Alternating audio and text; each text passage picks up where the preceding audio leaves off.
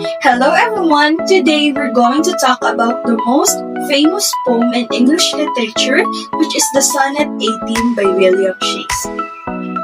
This poem is also known by its first line, "Shall I compare thee to a summer's day?"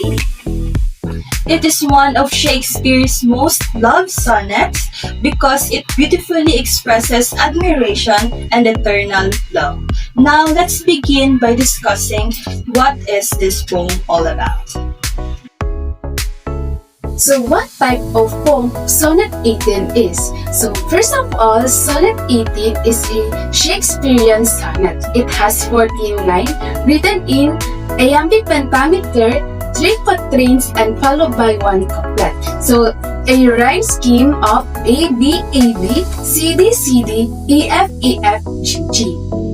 In addition, although it follows English sonnet form, it is influenced by Italian and Petrarchan sonnet tradition. So basically, the structure is very organized and formal. Now let us look at the poem and allow me to read it to you. Shall I compare thee to a summer's day? Thou art more lovely and more temperate. Rough winds do shake and darling buds of May, and summer's lease hath all too short a day. Sometime too hot to the eye of heaven shines, and often is his gold complexion dim, and every fair from fair sometime declines, by chance or nature's changing course and theme. But thy eternal summer shall not fade, nor lose possession of that fair thou owest, nor shall that drag thou wanderest in his shade. When in eternal lines is to time thou growest, so long as men can breathe or eyes can see, so long lives this and his gives life to thee. As you can notice, the speaker begins by asking a question. Shall I compare thee to a summer's day? The question introduces the main idea. But what exactly the speaker is trying to say? It will be further analyzed by the next slide. To begin with, the poem is a statement of praise for the beloved person. The speaker compares the beloved to summer. However, he quickly explained that the beloved is more lovely and more temperate than summer. For example, summer can be too hot, sometimes it is windy, and summer does not last long.